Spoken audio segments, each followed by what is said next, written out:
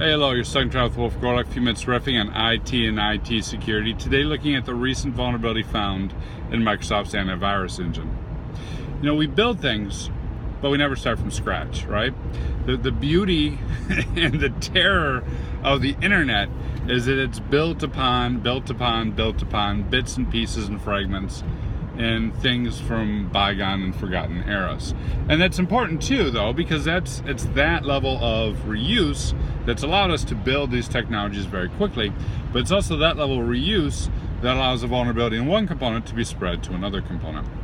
So this is readily apparent for you if you take a look at the vulnerability that was recently discovered in Microsoft's antivirus engine. So tip for you is this: A, if you're running Microsoft virus engine, patch it.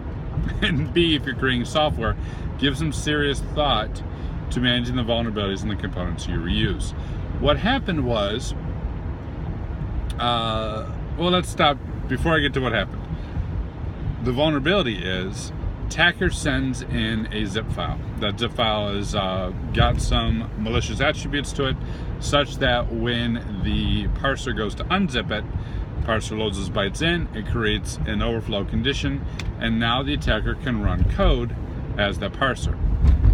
That would be bad enough if it wasn't for the fact that in this particular instance, the parser is also your antivirus engine. And as you may or may not know, antivirus engines have to run on a system. The system has more permissions than administrator. It has to run as a system privileged access, so it can talk to the kernel and talk to the file system and everything else, right? So the most powerful account on your Windows operating system is now vulnerable to the attacker by a wee little zip file.